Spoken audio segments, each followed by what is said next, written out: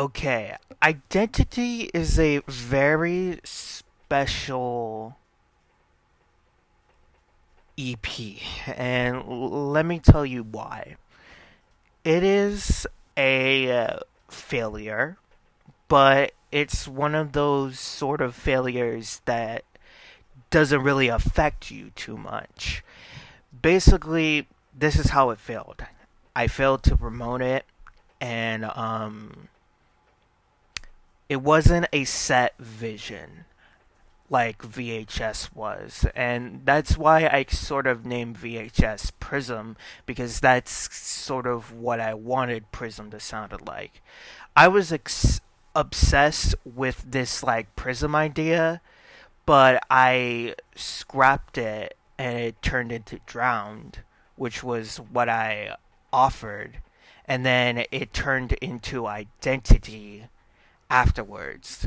So a little ironic, but the reason why I say this is a good failure is that most of these songs are probably the most experimental on here.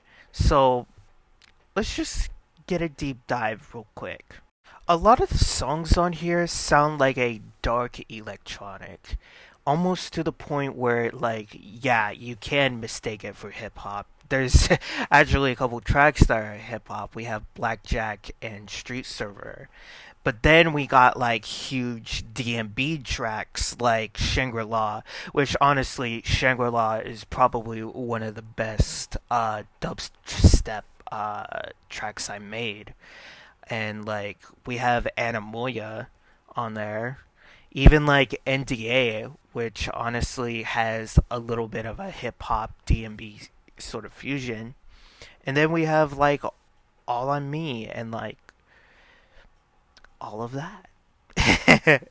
As I said before, I make all my covers on Pixar and sort of Vaporgram, but going back to Identity, it was really something I struggled with at the time, and I felt sad that it didn't come as I wanted it to. But I